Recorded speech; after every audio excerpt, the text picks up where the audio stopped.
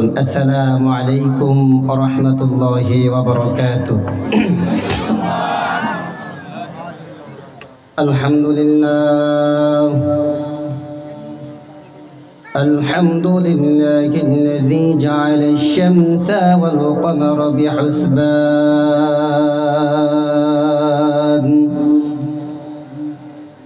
والنجم والشجر يسجدان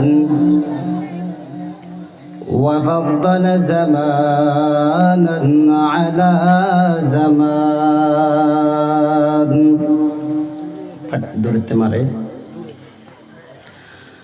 كما فضل مكانا على مكان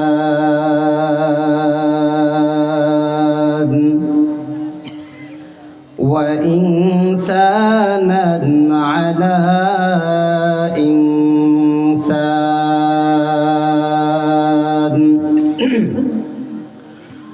ونشهد أن لا إله إلا الله وحده لا شريك له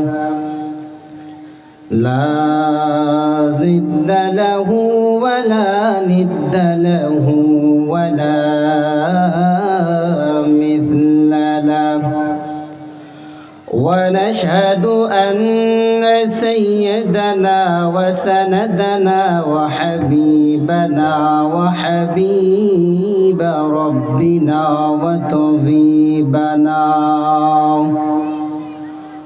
وطبيب قلوبنا ومولانا محمدا عبده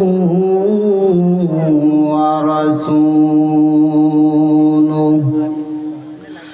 الذي أرسله الله تعالى بالحق بشيرا ونذيرا وداعيا إلى الله بإذنه وسراجا وقمرا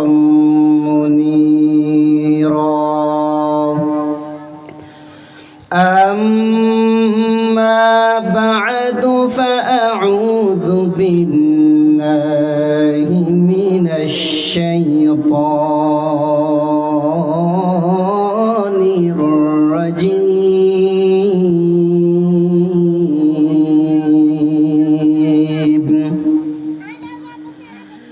بسم الله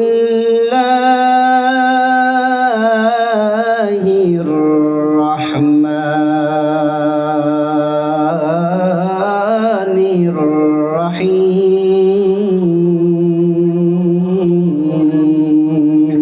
الرحيم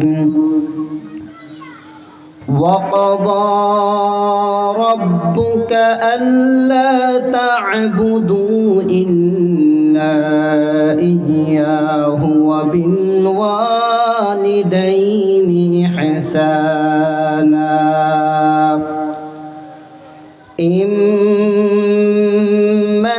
يبلغن عندك الكبر أحدهما أو كلاهما فلا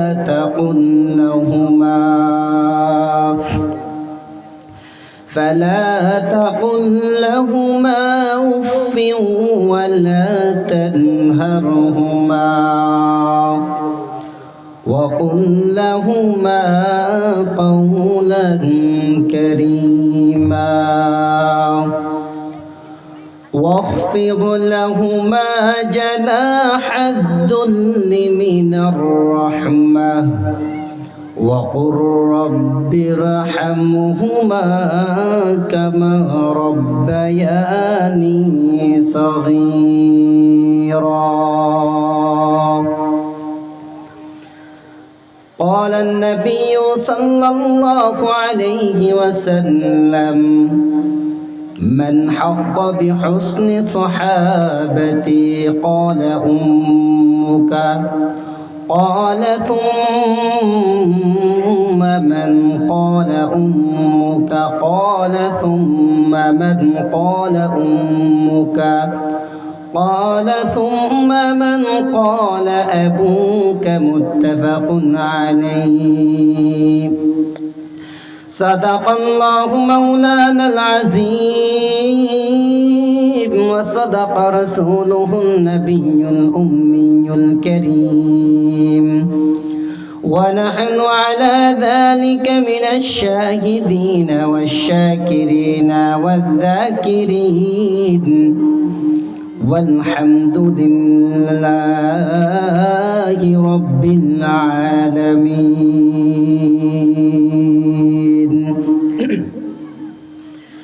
سبحانك لا علم لنا إلا ما علمتنا إنك أنت العليم الحكيم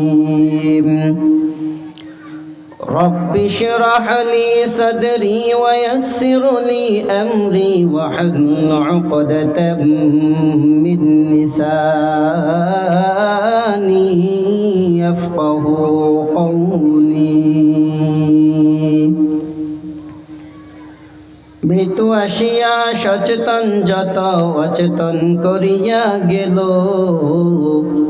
জীবনের যত স্বাদ জল্পনা শীতল করিয়া দিল মৌত কাসিন কুল্লু নাসিন শারিবুন কবর বাইতিন কুল্লু নাসিন দাখিলু আলা ইয়াসাব كنا القصر المعلق ستدفن عن قريب في التراب له ملك ينادي كل يوم لدول الموت يبنو للخراب قليل عمرنا في دار دنيا ومرجعنا إلى بيت التراب لا إله محبت لا إله إلا الله لا إله لا إله বাড়িওয়ালার বাড়ি থাকিবে ওয়ালাও থাকিবে না কোটি কোটি টাকার বাড়ি বিশাল বড় দালান পড়ে আছে কিন্তু বাড়িওয়ালা নাই কথা বলুন ঠিক কিনা বাড়িওয়ালার বাড়ি থাকিবে ওয়ালা থাকিবে না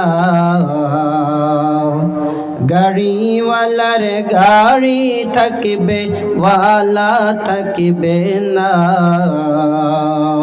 চেয়ার মেনের চেয়ার থাকিবে মেন থাকিবে না লা ইলাহা ও লা ইলাহা ও লা ইলাহা ইল্লাল্লাহ লা ইলাহা লা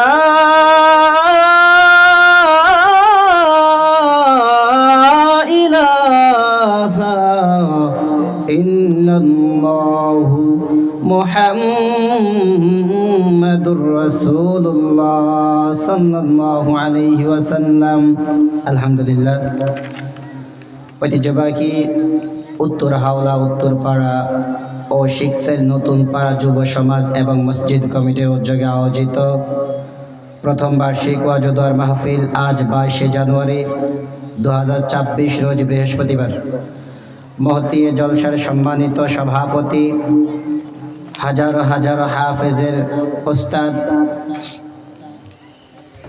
যিনি আমার ওস্তাদেরও ওস্তাদ হুজুরের নাম মুখে নিতে আমি একটু ইতস্ত বোধ করতে যেহেতু হুজুরের হাজারো হাফেজদের ওস্তাদ আমরা সবাই হুজুরকে চিনি আমি এখানে বসার প্রথমে এসে বসে যাইনি হুজুর থেকে অনুমতি নিয়েছি হুজুরকে বলছি এই চেয়ারে বসতে কিন্তু হুজুর আমাকে বসার কথা বলেছেন পরে আমি বলেছি আমরা দোয়া করি আল্লাহ পাক রব্বুল আলামিন হুজুরের ইলমে ও হায়াতে বারাকা দান করুক সকলে পড়ছি আল্লাহুম্মা আমিন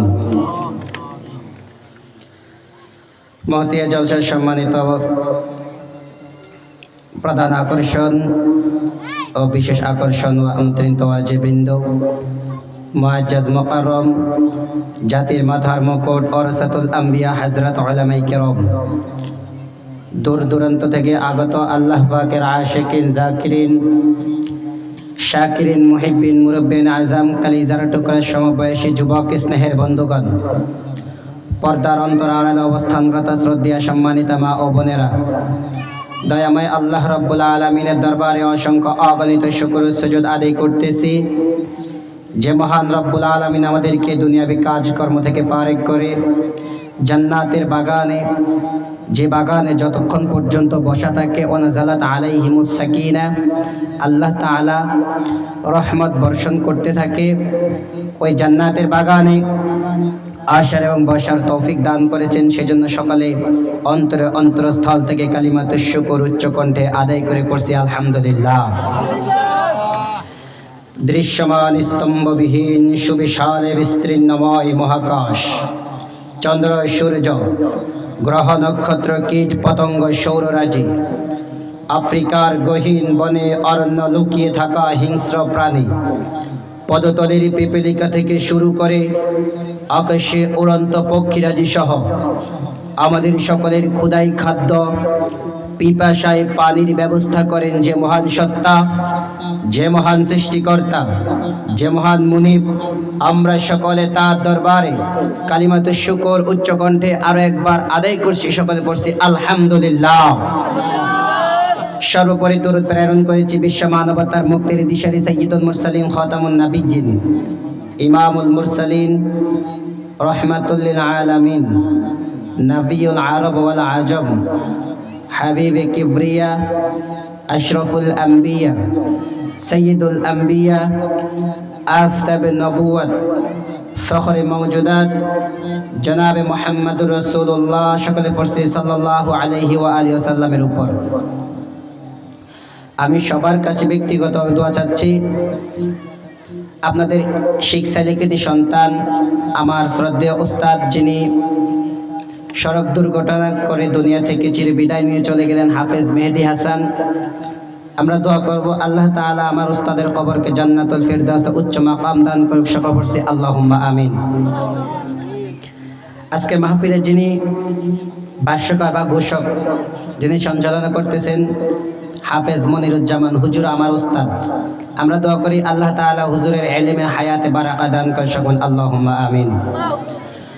আমি আপনাদের সামনে ছোট মানুষ পবিত্র কোরআনুল কারীমের ছোট্ট একখানা আয়াতে কারিমার দুইখানা আয়াতে কারিমা তেলাওয়াত করেছিলাম, সূরাতুল বানী ইসরাঈলের 23 এবং 24 নং আয়াত।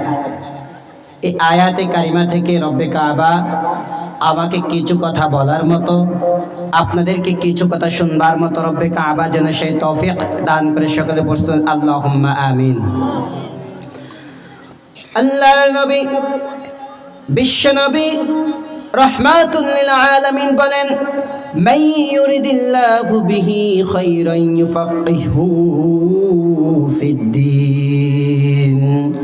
আল্লাহ রাব্বুল আলামিন যাহার ভালো চান, যাহার মঙ্গল চান, যাহার কল্যাণ চান, তাকে আল্লাহ তাআলা দ্বীনের কাজ করার সুযোগ দান করেন। আর যাকে আল্লাহ পছন্দ করেন না, আর যাকে আল্লাহ তাআলা ভালোবাসে না, তাকে আল্লাহ তাআলা দ্বীনের কোনো কাজ করার সুযোগ দান করে না। কথা বলেন ঠিক না বেঠিক?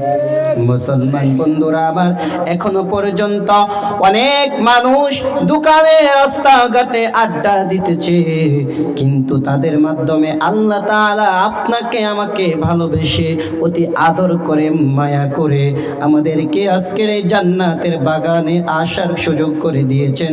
এই জন্য আমরা খুশি নাকি বেরাজ? খুশির আওয়াজ জোরে হয় না আস্তে হয়? যদি খুশি হন তাহলে আরো একবার শুকরিয়া আদায় করি আলহামদুলিল্লাহ। দেখেন, যে সময় মানুষ নেকের কাজে আশ্চর্য হচ্ছে, গুনাহের কাজে স্বাভাবিক মনে করতেছে, নেকের কাজ ছাড়তেছে, গুনাহের কাজে প্রতিযোগিতা দিচ্ছে, কে কার আগে জাহান্নামে যাবে, বলে হুজুর এটা কেমন কথা? নেকের কাজে আশ্চর্য হচ্ছে, এটা আবার কেমন কথা? সহজে বুঝে নিন। যখন একটা স্কুলের ছাত্র মাথায় টুপি দিয়ে 5 ওয়াক্ত নামাজ পড়ে তখন আমরা আশ্চর্য হই, ঠিক না? যে এই পিচ্চি মানুষ মাথায় টুপি দিয়ে 5 ওয়াক্ত নামাজ পড়ে, ঠিক না? আর যখন মাদ্রাসার কোনো একটা স্টুডেন্ট আপনার মনে করেন যে কোনোভাবে চলতেছে, ওটা তো স্বাভাবিক, ছোট মানুষ আসলে ঠিক হয়ে যাবে। যদি কোনো গুনাহের কাজেও যায়, ছোট মানুষ, বয়স পরিপূর্ণ হলেও কি বলি ছোট মানুষ। এমন একটা সময় কোনো একটি মেয়ে যদি কলেজে বোরকা পরে যায়, এটাকে আমরা সবাই আশ্চর্য হয়ে, কলেজে পরে বোরকা পরে যাচ্ছে। আর যদি একেবারে বেপরদায়ভাবে যায়, তাহলে আমরা মনে করি কি যে না এটাই ঠিক আছে, এটা স্বাভাবিক স্টাইল, নিজের পোশাকের স্বাধীনতা, ঠিক না? এটাই বলতেছি। কে কার আগে জাহান্নামে যাবে এটা প্রতিযোগিতা কিভাবে দিচ্ছে আমরা দেখেন। অমুকে গুনাহ করছে, আমি এটা করতে পারি, এটা মনে করে গুনাহ করতেছি, গুনাহের কাজে একবারে স্বাভাবিক মনে করে আমরা গুনাহ করতেছি। বেশিরভাগ গুনাহ তো চলে আমাদের মোবাইলের মাধ্যমে। যেমন ফোন দিলে ভাইজান কোথায় আছেন, যদি থাকে সেই সুদূর খিলাবাজারে, সে বলবে আমি আছি কোথায়, এই তো শিখচাইলে আপনার খালপাড়ায় আছি, বলে না? এটা স্বাভাবিক মনে করছে, কিন্তু এটা একটা গুনাহ। এটাও কি গুনাহ? আমি আপনি কি মনে করতেছি? এটাকে স্বাভাবিক মনে করতেছি। এই গুনাহের কারণে, এক একটা গুনাহের কারণে কিয়ামতের দিন আপনার আমার কি পরিস্থিতি হবে একবারের জন্য কি ভেবে দেখেছেন? কেউ কি চিন্তা করে দেখেছেন? কেউ কখনো চিন্তা করে দেখেন নাই। আজকে যখন ঘুমাতে যাবেন, চক্ষু দুইটা বন্ধ করবেন, ঘুমানোর সময় চিন্তা করবেন, হে মন, আজকে যদি আমার এই ঘুমের ঘরে মরণ হয়ে যায়, সকালবেলা আমাকে আপনাকে আর কেউ ডাকবে না, মা ডাকবে বাবা উঠে যাও, আমি কিন্তু আর উঠতে পারবো না। মা বলবে বাবা তোমার জন্য নাস্তা বানাইলাম, উঠে নাস্তা খেয়ে নাও। কিন্তু সন্তান চিরবিদায় চলে যাওয়ার কারণে, চক্ষু বন্ধ হওয়ার কারণে আর কখনো চক্ষু খোলা সম্ভব নয়। কথা বলুন ঠিক না বেঠিক? এ যুবক ভাই, আজকে আমি আর আপনি ঘুমের ঘরে কত গুনাহ করতেছি মোবাইলের মাধ্যমে।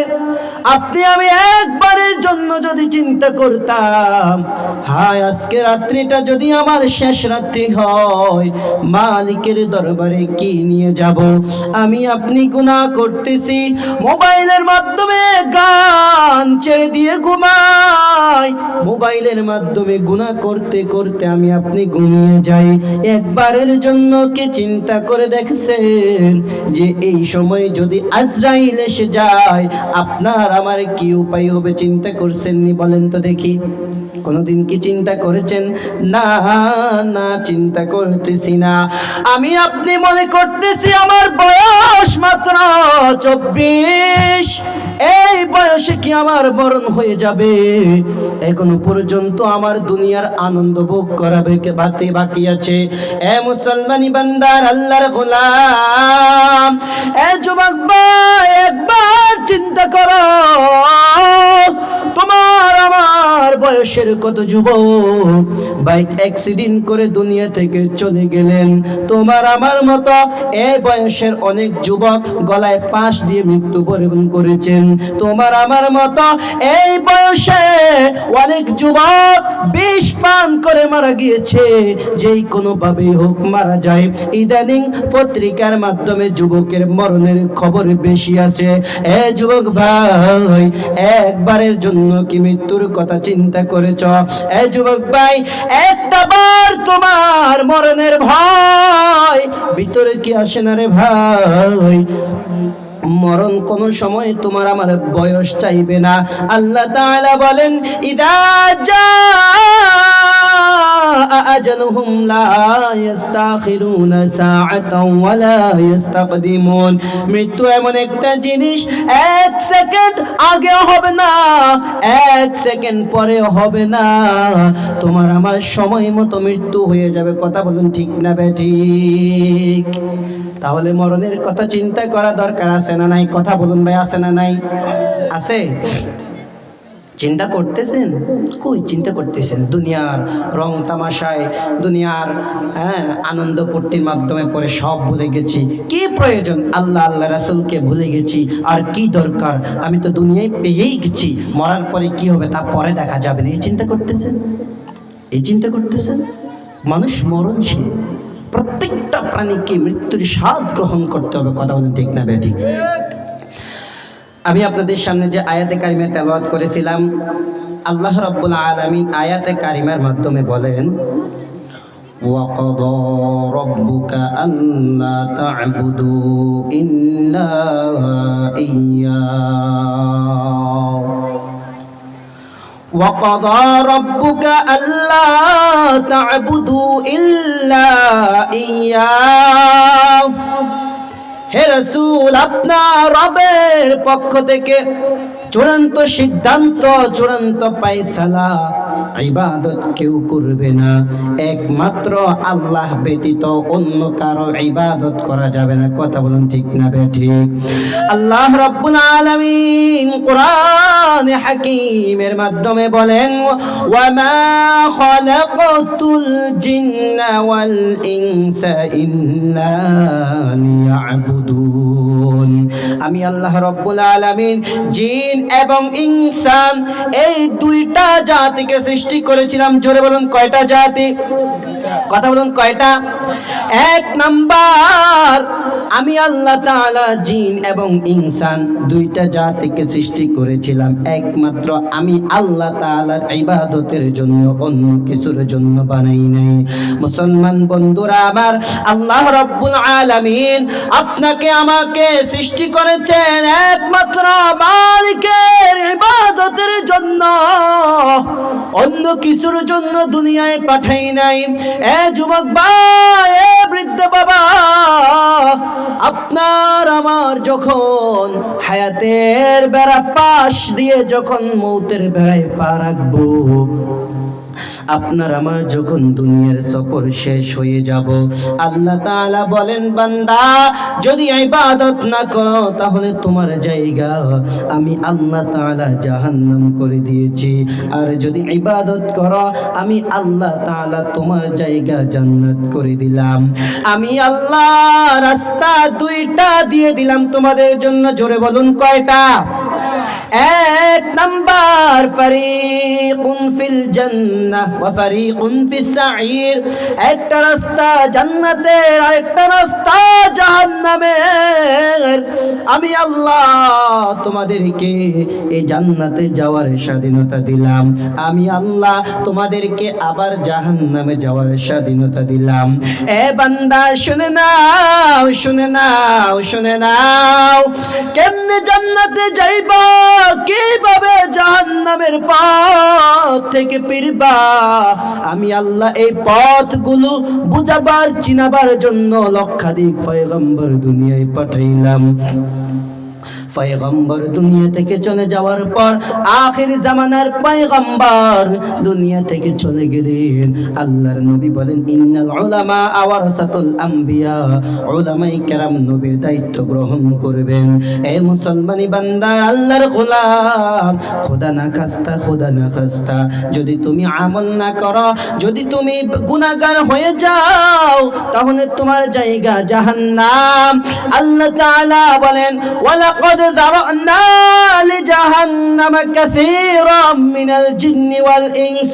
অধিকাংশ জিন এবং ইনসান, আমি এই দুইটা জাতিকে, অধিকাংশ জিন এবং ইনসান ওরাই যাবে জাহান্নামে। কেন জাহান্নামে যাবে? আল্লাহ বলেন, লাহুম কুলুবুন লা ইয়াফকাহুনা বিহা। আমি আল্লাহ কি তাদেরকে একটা অন্তর দেই নাই। বান্দা, এই অন্তর দিয়ে ভালো খারাপ জিনিস নির্ণয় করতে পারবে, এজন্য আমি বান্দাকে একটা অন্তর দিয়েছিলাম। ওয়ালাহুম আ'য়ুনুন লা ইউবসিরুনা বিহা। আমি আল্লাহ কি বান্দাকে দুইটা চক্ষু দেই নাই। ওয়ালাহুম আযানুন লা ইয়াসমাউনা বিহা।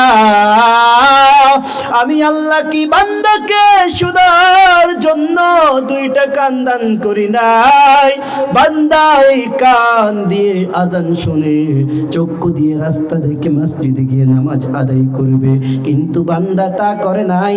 বান্দা তুমি কোরআনের আওয়াজ শোনো নাই, আজানের কথা শোনো নাই, তুমি নামাজ পড়ো নাই, এই কান দিয়ে গান বাজনা শুনেছ। এ বান্দা তুমি চিন্তা করে দেখো, উলাইকা কাল আনআমি বাল হুম আদল। আল্লাহ তাআলা বলেন ওরা চতুষ্পদ জন্তুর মতো, বরং বাল হুম আদল উলাইকা হুমুল গাফিলুন, তারা চাইতেও খারাপ। জোরে বলেন নাউজুবিল্লাহ। এ মুসলমান, আল্লাহ তাআলা বলেন ওয়াকাদা রাব্বুকা আল্লা তা'বুদু ইল্লা ইয়্যাহ। পরের অংশে আল্লাহ বলেন ওয়াবিল ওয়ালিদাইনি ইহসানা, হে সন্তান পিতামাতার সঙ্গে সৎ আচরণ করো, পিতামাতার সঙ্গে ভালো আচরণ করো। পিতামাতার সঙ্গে কেমন আচরণ করবা? এ বান্দা শুনে নাও, এ সন্তান, ইহসান শব্দের অর্থ দেওয়ার বেলায় বেশি দাও, নেওয়ার বেলায় কম নাও। যেমন তুমি যখন তোমার মা অভাব অনটনে ছিল, তোমার মা তোমাকে নিচে ঘুম পাড়িয়েছে, আজকে তুমি টাকার মালিক হওয়ার কারণে আজকে তুমি তোমার মা বাবাকে খাটের মাধ্যমে ঘুম পাড়াইবা, এরই নাম হলো ইহসান। হে সন্তান, পিতা মাতার সঙ্গে সদ আচরণ করো। খবরদার খবরদার, ইম্মা ইয়াবলুগান্না ইনদাকাল কিবার আহাদুহুমা আও কিলাহুমা, যখন তোমার মা এবং বাবা উভয়জন থেকে একজন যখন বৃদ্ধা বয়সে উপনীত হবে, আমাদের গ্রাম্য ভাষায় যেটাকে বুড়িরা অথবা বুড়ি বলে, ও বাবারা আপনারা কেউ মনে কষ্ট নেবেন না, বুঝাবার জন্য বলতেছি। বৃদ্ধা বয়সে উপনীত হয়, খবরদার খবরদার হে সন্তান, যখন তারা দুইজন থেকে যে কোনো একজন বৃদ্ধা বয়সে উপনীত হয়, আহাদুহুমা আও কিলাহুমা ফালা তাকুল লাহুমা উফফিন ওয়ালা তানহারহুমা, তাদেরকে ধমক দিয়ে কথা বলবা না, তাদের সঙ্গে সৎ আচরণ করো, তাদের সঙ্গে ভালো আচরণ করো। আজকে আমাদের সমাজের মাধ্যমে দেখা যায় সন্তান নিজের বিবির কথা শুনিয়া, মায়ার স্ত্রীর কথা শুনিয়া সন্তান মা বাবার সঙ্গে খারাপ আচরণ করে, এমন সন্তান আছে না নাই? এ মুসলমান, এ যুবক, একবার চিন্তা করে দেখো, তোমার মা তোমার বাবা তোমার জন্য কি পরিমাণ কষ্ট করেছে, একটা বারের জন্য কি চিন্তা করে দেখেছো রে যুবক? এই যুবক ভাই, তোমার বয়স থেকে শিশু বয়স থেকে এই পর্যন্ত তোমার মা তোমার জন্য কি পরিমাণ কষ্ট করেছে? এ যুবক চিন্তা কর রে ভাই। মাঘ মাসের শীতের দিন তুমি যখন ডান পাশে প্রস্রাব করে দাও, তোমার আমার মা তোমাকে আমাকে বাম পাশে ঘুম পাড়ায়। আবার তুমি বাম পাশে প্রস্রাব করে দাও, তোমার আমার মা তোমাকে আমাকে তার বুকের মাঝে ঘুম পাড়ায়। আজকে ওই সন্তান ওই মাকে কেমনে কষ্ট দাও রে যুবক ভাই, ওই বাবাকে কেমনে কষ্ট দাও, একটা বারের জন্য কি চিন্তা করে দেখেছ? মায়ার বিবির কথা শুনিয়া মা বাবার সঙ্গে খারাপ আচরণ করিও না রে ভাই। বিবিকে বিবির মতো বুঝাও, মা বাবাকে মা বাবার মতো বুঝাও। রে যুবক ভাই, কয়দিন মা বাবা বাঁচবে রে ভাই? যাদের মা নাই, যাদের বাবা নাই, তাদেরকে জিজ্ঞেস করো মা হারানো বেদনা কেমন, বাবা হারানো বেদনা কেমন। যার মা নাই সে বুঝতে পারবে যুবক ভাই।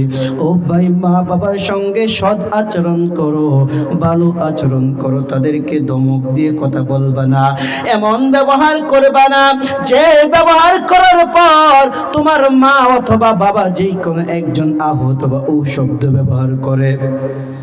উফিন ওয়ালা তানহারহুমা ওয়াকুল লাহুমা কওলান কারীমা।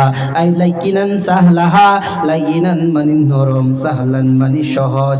নরমের ভাষায় সহজভাবে ব্যাখ্যা করো রে সন্তান। এই সন্তান নরম ভাবে কথা বলবা বলতে কি বুঝিয়েছেন? নরম ভাবে কথা বলার বিষয় তুমি শুদ্ধ বাংলা জানো, তোমার গ্রামের মা শুদ্ধ জানে না, ওই মায়ের সঙ্গে তুমি শুদ্ধ ভাষা কথা বলবা না। গ্রামের মা যেই ভাষা বোঝে ওই ভাষায় মা বাবার সঙ্গে কথা বলবা। এই যুবক রে ভাই, তাহলে কেমন কথা বলবা? আল্লাহ তাআলা বলেন ওয়াকুল লাহুমা কওলান কারীমা ওয়াখফিদ লাহুমা জানাহাদ দুল্লি মিনার রাহমা। হে সন্তান, বিনয়ের ডানা বিছিয়ে দাও। মা বাবার সামনে প্রশ্ন করবেন, হুজুর ডানা তো পাখির থাকে, মানুষের কোনো ডানা থাকে না। কথা বলুন ঠিক কিনা? ভাই জোরে কথা বলুন, ঠিক না বেঠিক? মানুষের কি ডানা আছেনি? ডানা কার থাকে? কথা বলুন। বলবেন হুজুর ডানা তো পাখির থাকে, পাখির ডানা পাখির, মানুষের তো ডানা নাই। আল্লাহ তাআলা কেন ডানার কথা বলেছে? আল্লাহ তাআলা এই কোরআন যখন নাজিল করেছেন, আরববাসীদের কিছু অভ্যাসের কথা কোরআনে তুলে ধরেছেন। আরববাসীর একটা অভ্যাস ছিল, তারা সকালবেলা খোলা আকাশের মাধ্যমে এইভাবে পাখি তারা ছেড়ে দিতেন। পাখি যদি ডান দিকে যেত তারা মনে করতো তাদের কাজটা কল্যাণ, আর যদি পাখি বাম দিকে যেত তারা মনে করতো আজকে সারাদিন অকল্যাণ। এই জন্য আল্লাহ তাআলা তাদের মাঝে মধ্যে তাদের অভ্যাসের কথা তুলে ধরেছেন। অন্য রেওয়াতে আসছেন পাখি মানে আল্লাহ তাআলা আমল নামায় গর্দান ঝুলিয়ে দিয়েছেন। এ মুসলমানি বান্দার আল্লাহর গোলাম শুনে নাও, আল্লাহ তাআলা বলেছেন মিনার রাহমা, বিনয়ের সাথে অনুগ্রহের সাথে ডানা বিছিয়ে দাও। তোমার যৌবনের ডানা বেড়ে গেছে, ক্ষমতার ডানা বেড়ে গেছে রে যুবক। আজকে তোমার যৌবনের ডানা বেড়ে যাওয়ার কারণে, আজকে তোমার ক্ষমতার ডানা বেড়ে যাওয়ার কারণে আজকে তো তুমি মা বাবার সঙ্গে খারাপ আচরণ করো, পাড়া প্রতিবেশীর সঙ্গে খারাপ আচরণ করো, টাকা পয়সা ধন দৌলতের মালিক হওয়ার কারণে তাদের সঙ্গে খারাপ আচরণ করো। এই জন্য আল্লাহ বলেন মিনার রহমা, বিনয়ের সাথে অনুগ্রহের সাথে। আল্লাহ এতটুক বললেই চলতেন, বিনয়ের ডানা বিছিয়ে দাও। আল্লাহ কেন মিনার রহমা, বিনয়ের সাথে অনুগ্রহের সাথে বলেছেন? মুফাসসিরিন কেরাম বলেন, সন্তান অনেক সময় দেখা যায় এক বাবার যদি 3টা সন্তান থাকে, একটা সন্তান 10 দিন করে, 3টা সন্তান 30 দিন ভাগ করে নেয় মা বাবাকে খাওয়ানোর জন্য। কথা বলুন ঠিক কিনা? সমাজের চাপে পড়ে, ঠিক না বেঠিক? আল্লাহ বলেন খবরদার, এই সমাজের চাপে পড়া খায়া হইবে না। মিনার রহমা, বিনয়ের সাথে অনুগ্রহের সাথে তোমার নিজের মন থেকে মা বাবার খেদমত করো। আল্লাহ তাআলা এতটুকু বলে দিয়ে শেষ করেন নাই, ওয়াকফিদ লাহুমা জানাহাদ দুল্লি মিনার রহমা। এই সন্তান, মা বাবার সামনে তুমি থাকবা তরমুজ বা ভাঙ্গের মতো। তোমার মা বাবার সামনে এত নরম ভাবে থাকবা, যেমন করে উপর থেকে চুরি নিচের দিকে ছেড়ে দিলে যেমন একটি তরমুজ দুভাগ হয়ে যায়, এমন নরম থাকে। মা বাবার সামনে তুমি এমন নরম থাকবা। মা বাবার সামনে গরম ভাষায় কথা বলা যাবে না। নবী বলেন, মা বাবা সন্তুষ্ট, আল্লাহ তাআলা সন্তুষ্ট। মা বাবার অসন্তুষ্ট, আল্লাহ তাআলা অসন্তুষ্ট। তাহলে বলেন তো দেখি, মা বাবাকে অসন্তুষ্ট করা যাবে না? আজকের এই মাহফিল থেকে যাওয়ার পর অনেক সন্তান গিয়ে দেখবে মা ঘুমাই না, ওই দুঃখিনী মা এখনো পর্যন্ত দরজা খোলা রেখে বসে আছে। মা যদি জিজ্ঞেস করো, মা আপনি কেন ঘুমান নাই? মা বলে, বাবা তোর আসার অপেক্ষাই করলাম। মা তোমার জন্য অপেক্ষা করবে। যার মা নাই তার কেউ অপেক্ষা করার মতো নাই। তাকে জিজ্ঞেস করেন কেমন কষ্ট লাগবে। আজকে মাহফিল থেকে যাওয়ার পর মায়ের 2 পায়ে হাত দিয়ে বলবেন, মা জীবন বরাবর কষ্ট দিয়েছি, আর কষ্ট দিব না গো মা। যা কষ্ট দিয়েছি আজকে থেকে আর কষ্ট দিব না গো মা। জীবনে অনেক অন্যায় করেছি, অনেক অপরাধ করেছি, আজকে থেকে মা কোনো অন্যায় করব না। মা যা অপরাধ করেছি মাফ করে দেন। দেখবা তোমার মায়ের চোখের পানি, তোমার মা চোখের পানি ছেড়ে দিয়ে তোমাকে বলবে, বাবা আমি দোয়া করে দিলাম, আল্লাহ তোকে হেফাজত করো। এই সন্তান, আজকে তুমি টাকার মালিক হইছ, বড় বড় বিল্ডিং এর মালিক হয়েছ, বাড়ি গাড়ির মালিক, যা কিছু হও, সব কিছু হওয়ার পিছনে একমাত্র মা বাবার দোয়া। কথা বলুন ঠিক না বেঠিক? বাইজিদের ঘটনা আমরা সবাই মোটামুটি জানি। একটি গ্লাস পানির কারণে আল্লাহ তাআলা বাইজিদকে জগৎ শ্রেষ্ঠ একজন ওলি বানিয়ে দিলেন। কথা বলুন ঠিক কিনা বেঠিক?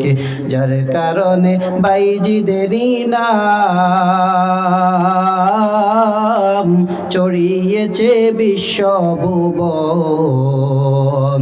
ছোট্ট শিশু বাইজিদেরই মতো সবাই হও, ছোট্ট শিশু বাইজিদেরই মতো সবাই হও। মায়ের দোয়া লও হে মুমিন, মায়ের দোয়া লও। মা বাবার দোয়া দরকার আছে না নাই? মায়ে যখন দোয়া করে চলে যায় ওই আরশ পলে, সাথে সাথে কবুল হয় ফল দেখিতে পাও, সাথে সাথে কবুল হয় ফল দেখিতে পাও। মায়ের দোয়া লও হে মুমিন, মায়ের দোয়া লও। যাহা কিছু হও না কেনে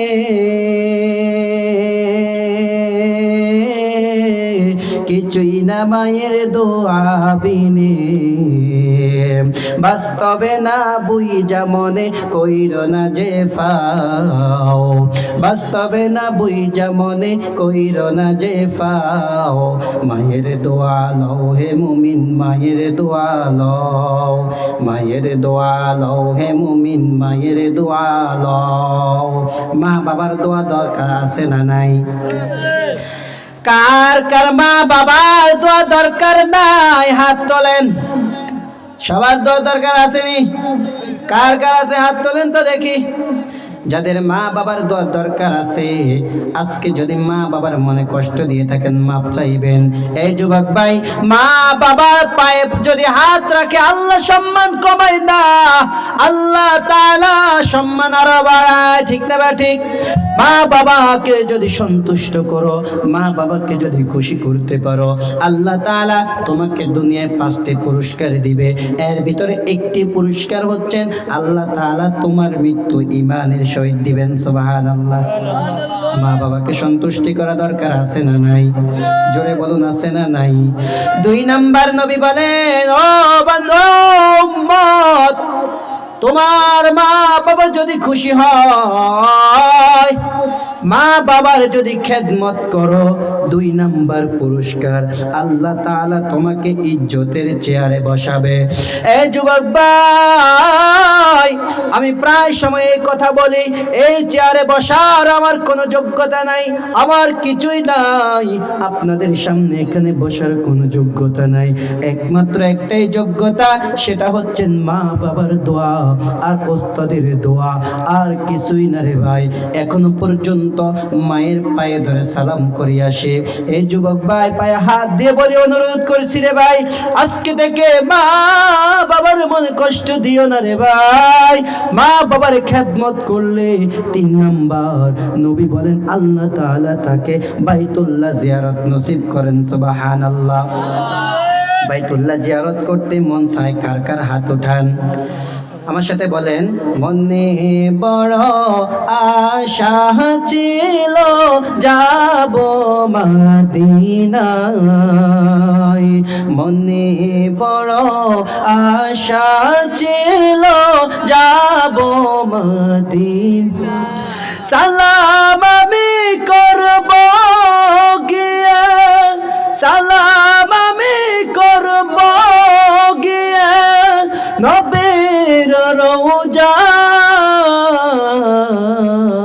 মনে বড় আশা ছিল যাব মদিনায়, মনে বড় আশা ছিল যাব।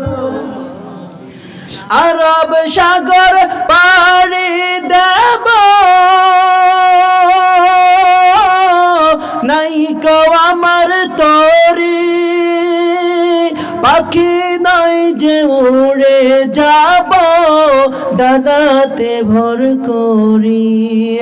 আমার আশায় আছে সম্বল নাই, করি কি উপায়, মনে বড় আশা ছিল যাব মদিনায়, মনে বড় আশা ছিল যাব মদিনায়। মদিনা যেতে মন চাইনি, সবারই মন চায় ঠিক না?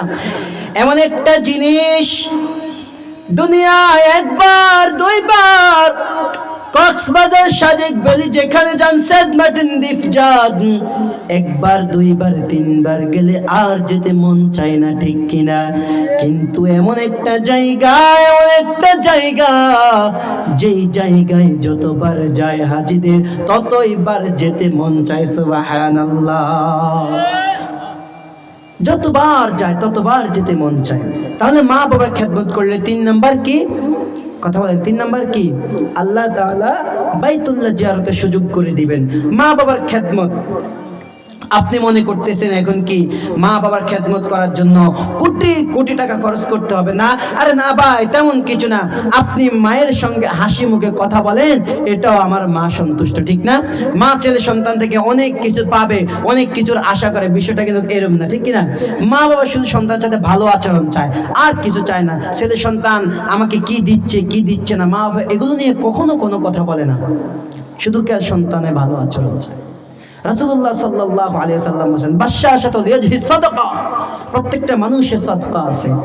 তা আমার আপনার সাদকা, যদি কোনো মুসির সঙ্গে মুস্কে হেসে কথা বলেন, আল্লাহ তাআলা সাদকার সওয়াব দান করবেন। সুবহানাল্লাহ। তাহলে আমরা একটু হেসে হেসে কথা বলবো মা বাবার সঙ্গে। আমরা ভাই মা বাবাকে মনে কষ্ট দিব না। কি পরিমাণ কষ্ট দিচ্ছি আমি জানছি, আপনি কি পরিমাণ কষ্ট দিচ্ছেন আপনি জানছেন, ঠিক না? আজকে মায়ের কাছে মাপ চেয়ে নেন, বাবার কাছে মাপ চেয়ে নেবেন।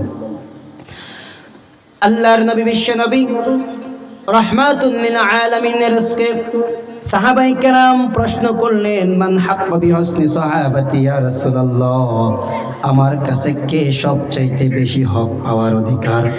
রাসূলুল্লাহ সাল্লাল্লাহু আলাইহি ওয়াসাল্লাম বলেন, ক্বালা উম্মুকা, সবচাইতে বেশি তোমার মা।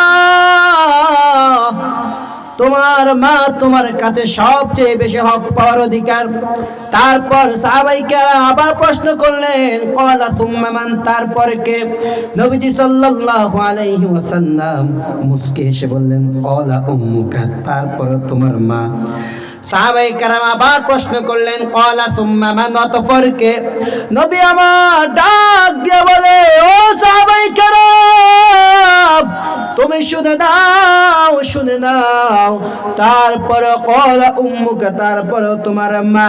সাহাবায়ে কেরাম চতুর্থবার প্রশ্ন করলেন, ক্বালা সুম্মা মান, অতঃপর কে? নবী বলেন, ক্বালা আবুকা, তারপর তোমার বাবা।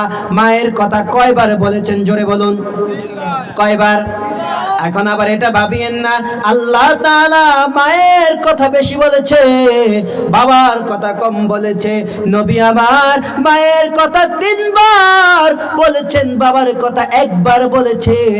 তার জন্য আবার ভাবিয়েন না বাবার সঙ্গে খারাপ আচরণ করবেন। খবরদার, খবরদার, তোমার আমার বাবা তোমাকে আমাকে এই ছোট্ট শিশু থেকে এত বড় যুবক পর্যন্ত বানিয়েছে। তোমার বাবা, আমার বাবা ক্লান্ত পরিশ্রম করার কারণে আজ আমরা এতটুকু হয়েছে। ছোটবেলায় তোমায় আমি অসুস্থ হই, বাবা যে নিজের কাছে টাকা না থাকলেও চারদিক থেকে ঋণ করে সন্তানকে ডাক্তার দেখিয়ে বাঁচিয়েছেন। কথা বলুন ঠিক কিনা?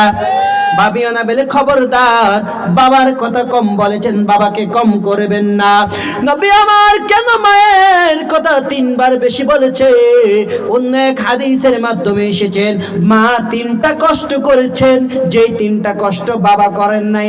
মা গর্ভে ধারণ করেছেন, বাবা গর্ভে ধারণ করেন নাই। গর্ভে ধারণ কি পরিমাণ কষ্ট! তুমি আমি যখন মায়ের গর্ভে ছিলাম, আমার মা, আমার বাবা, আমার বোন সবাই খানা খাইতে বসলেন, এমন সময় তুমি আমি মায়ের পেটের ভিতরে এমন জোরে একটা লাথি মারলাম, আমার মা ভাতের প্লেট রাখি উঠিয়া গেলেন। সবাই বলে কেন? বলে আমার পেটে ব্যথা করতেছে, আমি খানা খাবো না। আমার মা সঙ্গে সঙ্গে উঠে যান, এত কষ্ট করেছেন। 2 নাম্বার নবী বলেন তোমার মা আরো একটা কষ্ট করেছেন, প্রসব বেদনা। এ মুসলমান, এমন কষ্ট দুনিয়ার সব ডাক্তার বলে মানুষ 35 থেকে 38 ডিগ্রি ব্যথা সহ্য করতে পারে, কিন্তু তুমি আমি দুনিয়ায় যখন আসবো তখন তোমার আমার মা 46 থেকে 52 ডিগ্রি পর্যন্ত ব্যথা সহ্য করতেছেন। অনেক সময় দেখা যায় সন্তান জন্ম দেওয়ার সময় মা দুনিয়া থেকে চলে যায়, এমন হয় না? হয় না? হয় কি হয় না? সন্তান জন্ম দেওয়ার সময় মা দুনিয়া থেকে চলে যায়। এ মুসলমান, চিন্তা করে দেখো। 3 নাম্বার নবী বলেন আরেকটা কষ্ট হচ্ছে মা 2 বছর থেকে 2.5 বছর পর্যন্ত দুধ পান করান, এই কষ্টটা বাবা করেন না। মা গভীর রাত শান্তিতে একটু ঘুমাবে, আমি আপনি সেই সুযোগটাও দিচ্ছি না। আমি আপনি মায়ের সঙ্গে শুয়েছিলাম, যখন আমি আপনি একটু কান্না করলাম, আমার আপনার মা সজাগ হয়ে গিয়ে সঙ্গে সঙ্গে আপনাকে আমাকে দুগ্ধ দিয়েছে। কথা বলুন ঠিক না বেঠিক? আমার মা, আপনার মা এই পরিমাণ কষ্ট করেছেন। এ মুসলমানি বান্দার, আল্লাহর গোলাম, একটা বার চিন্তা করে দেখো তোমার আমার মা কি পরিমাণ কষ্ট করেছেন।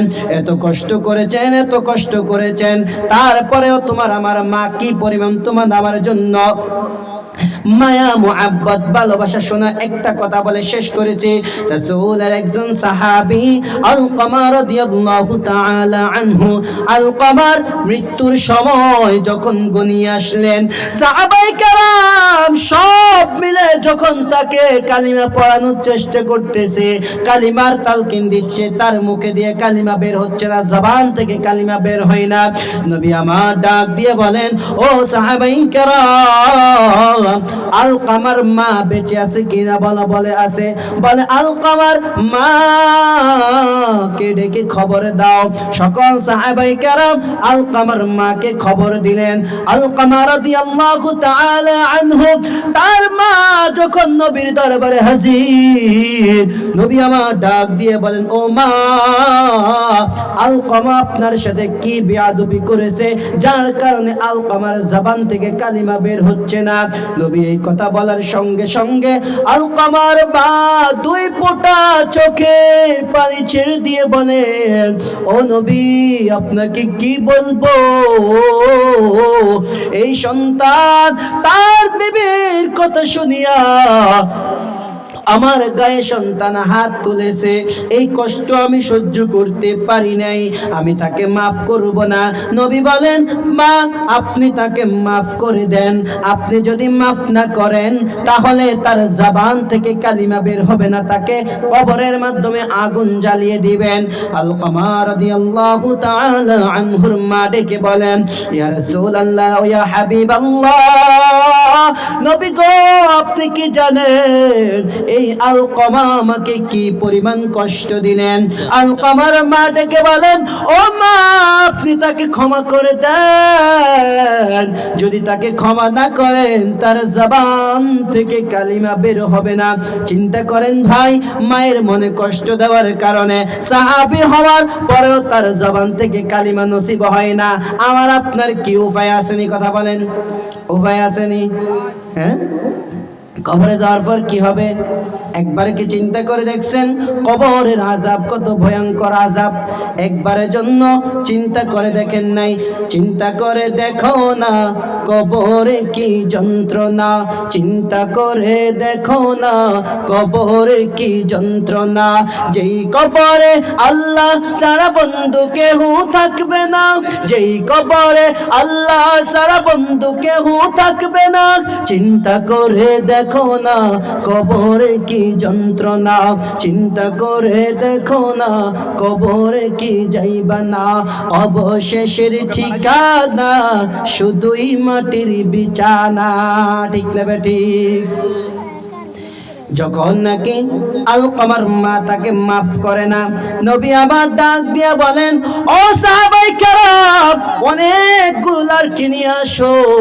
অনেকগুলো লাড়কি যখন নিয়ে আসলেন, নবী আমার ডাক দিয়ে বলেন, ও সাহাবায়ে কেরাম, এই লাড়কির মাধ্যমে আগুন জ্বালিয়ে দাও, লাড়কির মাধ্যমে তোমরা সবাই আগুন জ্বালিয়ে দাও। এই আগুনের মাধ্যমে আলকামাকে ফেলে দেওয়া হবে। যখন নাকি ধাও ধাও করে আগুন জ্বলতেছে, আলকামার মা তাকিয়ে দেখে অনেক ধাও ধাও করে আগুন জ্বলতেছে। নবী আমার ডাক দিয়ে বলেন, ও আলকামার মা, আপনি যদি তাকে মাফ না করেন তার মৃত্যু কষ্ট হবে, তার মরণের পর তার জায়গা জাহান্নামে, এই আগুনের চাইতে আরো ভয়ানক আগুনে হবে। আপনি তাকে মাফ করে দেন। আলকামার মা তারপরে বলেন, ইয়া রাসূলুল্লাহ, ইয়া হাবিবাল্লাহ, নবী গো, আমি এইগুলো সহ্য করতে পারবো না। এত আগুন, এত আগুন, আমার সন্তানকে ফেলে দিবা, আমি মা হয়ে মানতে পারবো না। আমি আমার সন্তানকে মাফ করে দিলাম। মাফ করার পর ওই সাহাবীর সম্মুখে জবান থেকে সঙ্গে সঙ্গে কালিমা বের হয়েছেন। জোরে জোরে সুবহানাল্লাহ। মৃত্যুর যন্ত্রণা কত কঠিন, সহিতে আমি পারিব না। মৃত্যুর যন্ত্রণা সহ্য করতে পাবেননি? কবরের আযাব যে কত কঠিন, সহিতে আমি পারিব না। মৃত্যুর যন্ত্রণা কত কঠিন, সহিতে আমি পারিব না। কবর ভয়ানক জায়গা, এমন ভয়ানক জায়গা রে ভাই। ওই যে বলেছিলাম, নবী আল্লাহ বলেছেন রাস্তা আপনার আমার জন্য দুইটা। জোরে বলুন কয়টা? এক নাম্বার, নবী আল্লাহ বলেন, ফারিকুন ফিল জান্নাহ ওয়া ফারিকুন ফিস সাঈর। একটা রাস্তা জান্নাতের আর একটা জাহান্নামের। জান্নাত কেমন নিয়ামত, জান্নাতের মাধ্যমে অনেক নাজ নিয়ামত, এটা সবাই জানে। কিন্তু জাহান্নাম কেমন ভয়ানক একটি জায়গা। নবী বলেন, হে উম্মতের দল, শুনে নাও, জাহান্নাম এমন একটি ভয়ঙ্কর জায়গা। আল্লাহ তাআলা ফেরেশতাদেরকে ডাক দিয়ে বলে, ও ফেরেশতার দল, জাহান্নামের আগুনকে তোমরা 1000 বছর আগুন জ্বালাও। জ্বালাইতে জ্বালাইতে জাহান্নামের আগুন যখন লাল হয়ে যাবেন, আল্লাহ বলেন, না না, এই আগুনে জাহান্নামীদেরকে, গুনাহগার বেঈমানদেরকে কিছুই হবে না। ও ফেরেশতার দল, খবরদার, এই নাফরমানকে আমি আল্লাহ তাআলা এত নিয়ামত দিলাম, এত কিছু দান করলাম, এই নাফরমান নিয়ামতের শুকরিয়াতান আদায় করে নাই। শুকরিয়াতান আদায় না করার কারণে নাফরমানকে এই আগুন দিয়ে হবে না, আরো 1000 বছর আগুন জ্বালাও। নবী বলেন, যখন 1000 বছর আগুন জ্বালাইবে, 1000 বছর আগুন জ্বালাইতে জ্বালাইতে জাহান্নামের আগুন সাদা দুধের মতো হয়ে যাবেন। নবী বলেন, এই আগুন দেওয়ার পর আল্লাহ তাআলাকে ফেরেশতারা বলবেন, মালিক, কুদরতের নজরে একটু তাকিয়ে দেখেন জাহান্নামের আগুন এখন এই পরিস্থিতিতে আছে। আল্লাহ বলবেন, না রে না, ও ফেরেশতারা, এই বান্দাকে এত নিয়ামত দিলাম, এত কিছু দিলাম আমি আল্লাহ। এই বান্দা যখন হসপিটালে যায়, হসপিটালে যাওয়ার পর এই বান্দা অক্সিজেনের জন্য হাজার হাজার টাকা খরচ করে, কিন্তু আমি বান্দাকে জন্মের শুরু থেকে এত পর্যন্ত 60, 70, 80 বছর বয়স হায়াত দিয়ে বাঁচিয়ে রাখলাম। আমি আল্লাহ অক্সিজেনের জন্য 1 টাকা নেই নাই। এত নিয়ামত আমি আল্লাহ বান্দাকে দান করলাম। যেই বান্দা এত নিয়ামত পাওয়ার পর যদি নিয়ামতের শুকরিয়া আদায় করে নাই, ওই নাফরমানকে এই আগুন দিয়ে কিছুই হবে না। আরো 1000 বছর আগুন জ্বালাও, আরো 1000 বছর আগুন জ্বালাইতে জ্বালাইতে হাত্তাত আসওয়াদাত সাউদা, জাহান্নামের আগুন কালো আমি বিশ্বার রজনীর মতো অন্ধকার হয়ে যাবে। নবী বলবেন এই আগুন যখন ফেরেশতারা বলবেন আল্লাহ একটু মায়ের নজরে তাকিয়ে দেখেন, আল্লাহ বলবেন ও ফেরেশতারা, যেই নাফরমান বেঈমান বেনামাজি সুদখোর ঘুষখোর হারামখোর যেই বেয়াদব সন্তানরা মা বাবার সঙ্গে বেয়াদবি করেছে, মা বাবার সঙ্গে খারাপ আচরণ করেছে, এদেরকে ধরে ধরে এই জাহান্নামের আগুনে ফেলে দাও।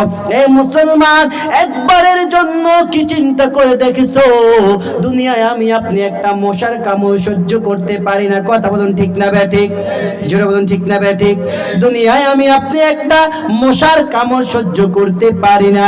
দুনিয়ায় শরীরের যদি একটা জায়গায় আগুন লেগে একটু পড়ে যায় কলিজা পর্যন্ত আঘাত লাগে, ঠিক না ব্যাঠিক? কিন্তু তোমার আমার খোদা না খাস্তা যদি দুনিয়া থেকে আমল নিয়ে না যায়, যদি মা বাবার সঙ্গে খারাপ আচরণ করে যায় এ মুসলমান, তাহলে তোমার আমার জায়গা হবে জাহান্নাম। জোরে বলুন নাউজুবিল্লাহ। নবী করিম সাল্লাল্লাহু আলাইহি ওয়াসাল্লাম বলেন এই দুনিয়া হচ্ছেন আখিরাতের সামান কামাই করার জায়গা, আর দুনিয়া মাজরাতুল আখিরা। নবী বলেন এই দুনিয়াটা হচ্ছেন আখিরাতের সামান কামাই করার জায়গা। ও মুসলমান, যদি তুমি আখিরাতের সামান দুনিয়ায় থাকা অবস্থায় তৈরি করতে পারো তাহলে তোমার জায়গা জান্নাত। সুখের জায়গা যদি চাও ও ভাই, যদি তুমি শান্তিতে থাকতে চাও, যদি সুখে শান্তিতে থাকতে চাও কবরে, তাহলে নেক আমল করতে হবে। কথা বলুন ঠিক কিনা? নেক আমল করার পাশাপাশি মা বাবার সঙ্গে সদাচরণ করতে হবে, মা বাবার খেদমত করতে হবে, মা বাবার মনে কষ্ট দেওয়া যাবে না। যদি মা বাবার মনে কষ্ট ভুলেও দিয়ে পেলি তাহলে মাপ চেয়ে নিব।